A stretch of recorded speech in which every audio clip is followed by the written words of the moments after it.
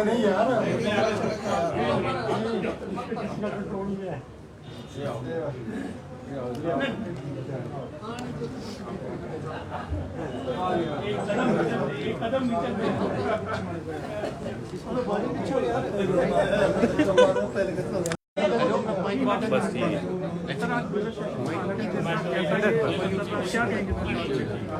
देखिए, budget session में हमारी सरकार ने समाज के सभी वर्गों को समृद्धि की ओर बढ़ा जाए, उस दृष्टि से जो हमारा लैंड का बिल था बड़ा महत्वपूर्ण था।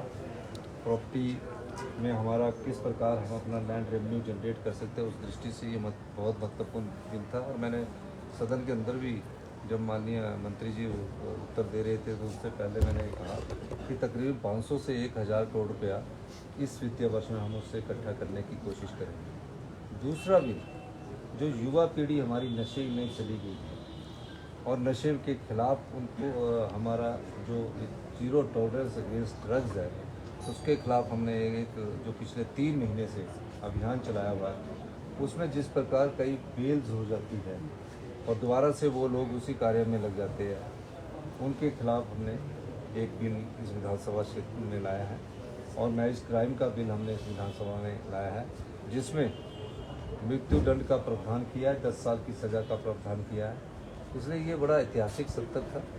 इस ऐतिहासिक सत्र में जो महत्वपूर्ण बदलाव हम बिल लेकर आए हैं, जो अभी एक्ट का रूप धारण करेंगे, उसके बाद आप देखना कि जो नशे के कारोबारों में जो अभी 30% की कमी आई है, आने वाले समय में इसमें बहुत अधिक कमी आएगी। और जो ये गोलीबारी की घटना हो रही है, हायर करके जो लोग लाए जा रहे हैं, इनके खिलाफ जो ऑर्गेनाइज क्राइम का हमने बिल लाया है, उसमें काफ़ी बड़ी पावर दी गई है और निश्चित तौर पर पुलिस के हाथ उससे मजबूत होंगे।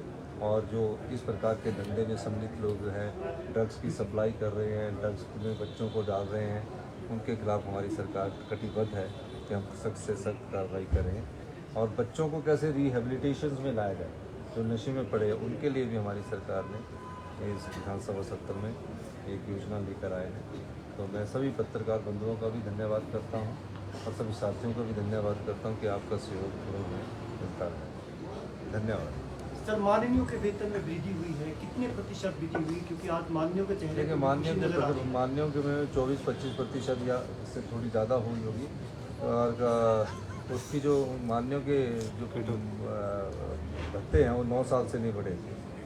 और ये भत्ते इसलिए चर्चा में आते हैं क्योंकि इसके लिए सरकार नहीं कुछ कर सकती। हम तो सरकार है जो मंत्रिमंडल के सदस्य हैं, तो विधानसभा में ही लाना पड़ता है। 9 साल के बाद एक बिल आता है। अब चीफ सेक्रेटरी साहब की पे है 3 लाख, 3.5 लाख। हमारे सेक्रेटरी DA की पे है 3,10,000। डॉक्टर प्रोफेसर डॉक्टर की पे है 3,20,000।